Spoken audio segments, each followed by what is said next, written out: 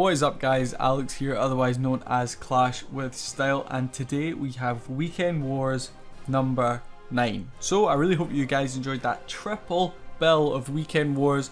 Last week we had one on Saturday and two on Sunday, featuring one of the Dream Team Wars, which it was an absolute honour to record for them guys. Hopefully I'll be bringing you guys some more content from them. They are some fantastic attackers, picking up some seriously strong 3 stars. So definitely looking forward to getting some more of their attacks on the channel. But without further ado, today we have another war from Thunderwolves, and this one is a 15v50 war. So before CWL I decided to get the clan to jump into a 15v15 war to go for a practice run, just to see because obviously with the bigger wars it's a bit harder to communicate with the guys, but I decided to run a 15v15 just to sort of practice CWL with the guys that were going to be in it. So we managed to pull off the victory here, 43 to 34. We picked up 97.13%. You can see if I scroll up to the top here. Unfortunately, with my 2 attacks, I decided to hit the top 2, which were both Townhall 10s. I get 85% and a 72. Always, I'm happy to pick up a 2-star. That's what I go for. But obviously, looking to really get those 3 stars. And in CWL, I've done pretty well so far. Managed to pick up 2 3 stars. So yeah, we will see how the rest go. But currently at the moment, looking alright. But we will jump into some of these attacks right now. We are going to start off with the number 13. We have our number 9, Live It Little, going in on this base. Now you can see before they get started, we have, it's by no means a max Townhall 8. It does look to be pretty low upgraded, but it is a decent layout. It's got this sort of layout that makes your troops definitely wander around the base. So Live It Little opts to pull out that dragon out of the CC at the top left there. Then we are going to pull it all the way down so we can take care of the dragon and the king. So we've got a few wizards on this right hand side. Now wait until you see this. So we get the bowlers in from the CC to help clean up through this left hand side, get that funnel going. And at this point we've got 1, 2, 3, 4, 5, 6, 7 wizards on the right hand side. Do they manage to take out this dragon? No, of course they don't. They all bunch together and the dragon wipes them all out. You can see Live It Little went to put a rage spell down on those wizards to take care of that dragon, but it doesn't fall. And if we don't take out this dragon, it is going to spell disaster for us, because that dragon will roast our hogs and we have no chance of 3-starring this base, and probably not even picking up a 2-star. So 300 IQ move here. You can see Live It Little puts down a freeze spell right there. We have 1 wizard remaining, which is the only troop. We have a 1 wizard and 1 archer, which are the only troops that can hit the dragon in the air. The freeze just wears off, but the dragon falls, so it was really close there from failing this attack. But we start the Hog Riders in from this right hand side. You can see they are getting pretty well splash damaged here, but we get the first heal spell through the core of this base. The wizards helping clean out a few of these defenses along the bottom, and in the end we don't even really need that other heal spell right there. We could have swagged that spell. So it went from nearly a complete fail 1-star to a very strong 3-star, easily picking up that win. So it's really key you take out the clan castle troops as well as the king in a Townhall 8 for if you're going for a go-ho, and moments like that are do or die, because if you didn't manage to take out that dragon, like I said, they would have roasted through those hogs and it would have been a 1-star. But nonetheless, Live It Little starting this video off with a fantastic 3-star. Let's move on to the next one. And the next one we have here is again a Townhall 8 3-star. So we have my account, Smiley Face, which is my new-ish Townhall 8. I've been Townhall 8 for maybe a week and a half, something like that. So you can see I've got a few of my troops and my king upgraded a little bit, but still reasonably low leveled. But you can see we are going in for a go-ho, by far my favourite strategy. I absolutely love this attack strategy.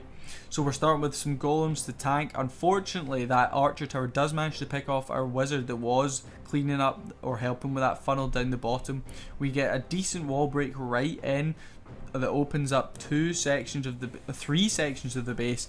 Make that. We get the bowlers, we get our wizard, we get our king in, and as soon as we pull that CC, which is right there, we will get a poison down, there it goes, and we will rage up those troops. So the rage goes down, and that is to make sure we clean up that dragon and those balloons super quickly, because if we don't, those bowlers will take a lot of damage and will fall really quickly. You can see there a giant bomb does indeed, oh no, it's actually a mortar shot, I believe, takes care of those bowlers, but we have these hogs now going in from this bottom. The bomb tower goes off, but luckily we had a, oh god, spring trap springing so many of our hogs away there. Freeze spell, great freeze spell there if I don't say so myself, taking care of 2 cannons and a wizard tower, and I maybe actually would have saved that freeze for the end of this, but it doesn't matter as that wizard tower and archer tower are both locked onto our golemites there, so the hogs will be able to run through and clean up the rest of this. A giant bomb goes off as well as a spring trap, taking out a few of our troops, and at this point we just have that mortar down the bottom and a few skellies actually popping out there, so it was looking a little bit nerve-wracking here. I wasn't too sure if we'd have enough time. A spring trap gets rid of even more of our hog riders, and at this point I really was starting to panic, but we will speed it up, and you can see these hog riders and as well as the king, a few of his barbs from his ability. The golemite does manage to do a little bit in the middle, but these hogs really do manage to clean up the rest of this base. It was intense, but we managed to pull off a 3-star there. So the next one we have for you guys is my reasonably new Townhall 9 account, and it is going against the number 7, so Little War number 6, going against Mac. Yeah, Mac. I'm just going to go with Mac. And you can see it is a pretty rushed Townhall 9. Walls pretty low level. Expos are indeed upgraded though to level 3, so I knew they could do some serious damage to our kill squad as well as the hogs. We also have a few, like this cannon's upgraded, we have a few, the archer tower is reasonably upgraded, so there was a few things that could do some serious damage, but let's see how I take care of this base. So looking at this, we have the queen, the king and the CC all up the top, so I'm assuming that is where I'm going to hit from. It would make the most sense, yeah. So we're going from this top right hand side, we get decent golem placement, we get wizards in. Wall breakers actually fail here. I'm not sure why I decided to put them in before the CC had fallen. I was worried that the golems would actually, or the wizards would get too close to the dragons and the dragons would take them out, but nonetheless we make pretty easy work of this. King, queen, bowlers as well as some wizards are going in. The second wave of wall breakers do manage to break us into that compartment, which is very helpful. Queen is going to choose to walk around the side of the base like the queen likes to do, but we have a decent core of troops that have taken out a strong portion of this base. Now that expo will fall there, which is fantastic news for us. There is a double giant bomb which does do some serious damage. Luckily it doesn't manage to catch our hogs. If it had managed to catch them, it would have been game over for us. Now double giant bombs are the hogs' worst nightmare. That is the last thing we'd want those hogs to hit, and you can see the bomb tower doing some serious damage there, but luckily we had a nice heal spell down. A spring trap not managing to catch any of our hogs, and these hogs are going to continue wiping through this base. The expo finally moving on to the hogs. We have a double giant bomb there. Luckily, again, very lucky there, the hogs don't all go into it. Only one of the hogs actually gets taken out by that double giant bomb, so we got pretty lucky in this attack actually. Like I said, there's 2 spots you can see next to where this king died here, and over by here there's 2 double giant bombs, and our hogs all managed to avoid both of them, so we got very lucky indeed. But the kill squad did fantastic, taking out a large portion of the base and a huge amount of those troops actually still remaining at the end. All of the bowlers we brought in our clan castle staying up, so a very strong 3-star there on a reasonably rushed Town Hall 9. So the next one we have for you guys is our number 14 against the number 4. So Wizards and Walls is an engineered base. All Wizards and Walls has is wizard towers and walls. Obviously he has king and queen and whatever as well, but that's the only defenses he has, so that is why he's so low in our war ranking. But it's fantastic because it always means he can hit right up on some of these higher Town Hall 9. So Wizards and Walls is going to take on this number 4 Dima. You can see he's opting to go in with a pretty heavy kill squad there. I like to bring more hogs for the back end, but he chooses to bring a very, very heavy kill squad here, including 5 Valks and 13 Wizards. So he gets a nice wide funnel on this left hand side. Wizards gonna create that funnel. Wall breakers in going quite early, but it's fine because all the defenses are concentrated onto those 3 golems. So like I said, a very heavy kill squad here, opting to take out a large portion of this base. Those wizards and the queen are going to take care of the CC troops, and as we continue to push into this base, you can see we are taking out a lot. Unfortunately, a large group of wizards do break off to this left hand side and get taken out by that cannon.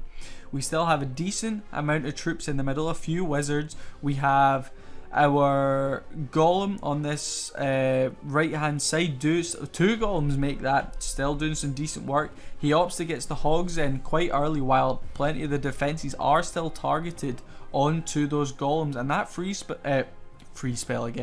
heal spell is maybe a little bit premature. I maybe would have saved it for this back end, but nonetheless those hogs are going to clean up this bottom section of base, and at this point we could have done with another heal spell, because you can see there is a lot of defenses still up, as well as a bomb tower which will spell disaster for those hogs. But luckily enough we still have 2 golems up taking care of that enemy king, so he's going to stay occupied on them, taking care of the wizard tower as well as the cannon and mortar. So it's only going to be the bomb tower that is going to cause us some issues here, and at this point it was do or die. If these hogs manage to get that down, then it's going to look reasonably good. Those hogs do fall to the bomb tower, and at this point it's just clean up. So we're really hoping and praying here that these troops manage to get this done. You can see there's no corner huts or anything, so it's just these buildings down the bottom we need to take care of. We have a few archers, we have our level 6 queen, a little bit low there on the queen. We still have a golem up, so you can see probably didn't even need that golem. Maybe would have dropped it and brought some more hog riders to really help push through that right hand side of the base. We have 2 wizards running around helping clean up this outside, and if we speed up here you can see we do manage to pull off the 3-star, but it certainly was very intense. Time wise as well, it was pretty close. So I like to bring a smaller kill squad, more hogs, but Wizards and Walls still managing to pull off a 3-star with a very heavy kill squad. So let's move on to the last attack of this video, which is a fantastic 3-star. And here we have it, SLD going against Poma. So starting from this right hand side, bottom right hand side, we get 2 golems in to draw the fire from those defenses. We start off the funnel with some wizards each side, 2 wizards. Very strong funnel. Unfortunately, one of those golems actually get caught on that air sweeper up the top, which is going to hold it until those wizards manage to go and take care of it. We get a decent first wall break, unfortunately not quite getting into the center, but the jump spell will do that for us fantastically.